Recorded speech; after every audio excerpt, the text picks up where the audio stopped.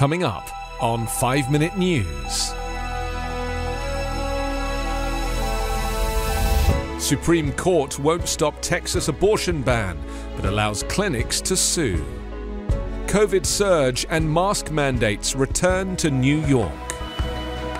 And US imposes renewed human rights sanctions on China, Myanmar and North Korea. It's Saturday, December 11. I'm Anthony Davis.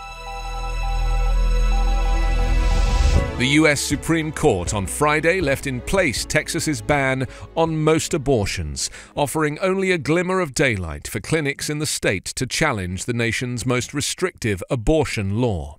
The decision, little more than a week after the court signaled it would roll back abortion rights and possibly overturn its landmark Roe v. Wade decision, was greeted with dismay by abortion rights supporters, but praise by opponents. 5 conservative justices, including 3 appointed by former President Donald Trump, formed a majority to limit who can be sued by the clinics, a result that both sides said probably will prevent federal courts from effectively blocking the law.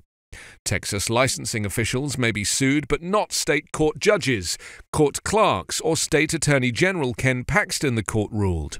That seemed to leave people free, under the unusual structure of the Texas law, to sue abortion clinics and anyone else who aids or abets an abortion performed after cardiac activity is detected in an embryo around 6 weeks and before some women even know they are pregnant. The Supreme Court has essentially greenlit Texas's cynical scheme and prevented federal courts from blocking an unconstitutional law, the Centers for Reproductive Rights, which represents the Texas clinics, said on Twitter. The court acted more than a month after hearing arguments over the law, which makes no exceptions for rape or incest.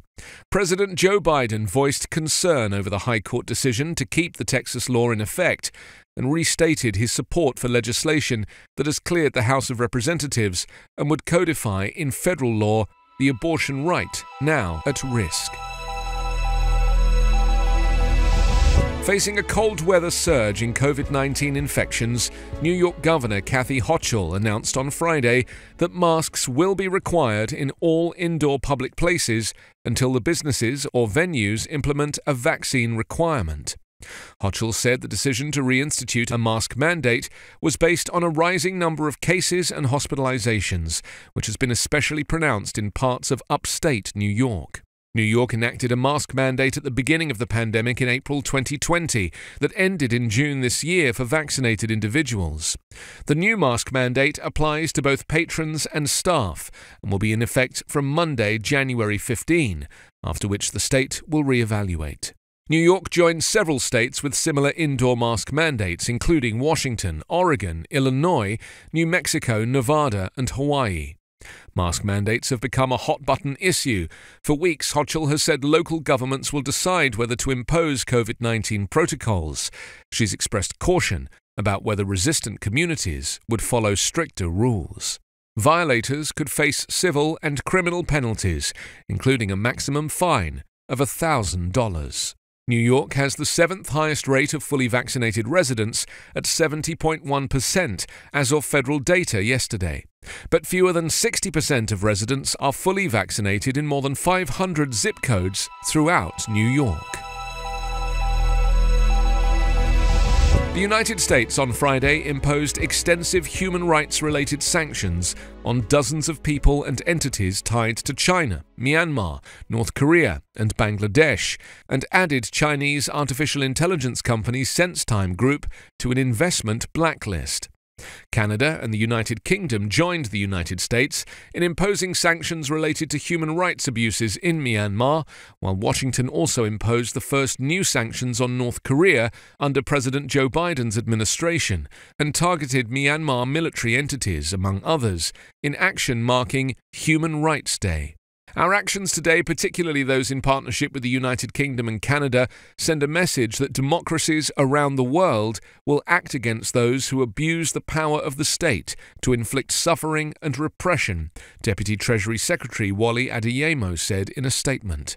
China's embassy in Washington denounced the U.S. move as serious interference in China's internal affairs and a severe violation of basic norms governing international relations.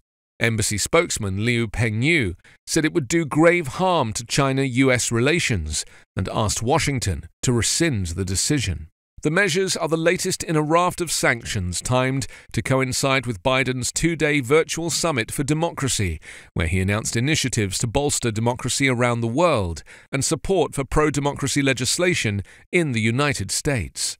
This is going to help seed fertile ground for democracy to bloom around the world, Biden said in a speech closing the summit.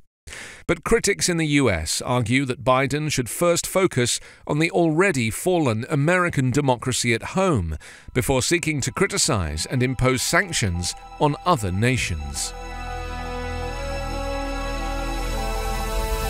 You can subscribe to 5-Minute News on YouTube with your preferred podcast app. Ask your smart speaker or enable 5-Minute News as your Amazon Alexa flash briefing skill. Subscribe, rate and review online at 5minute.news. 5-Minute News is an Evergreen podcast covering politics, inequality, health and climate, delivering independent, unbiased and essential world news daily.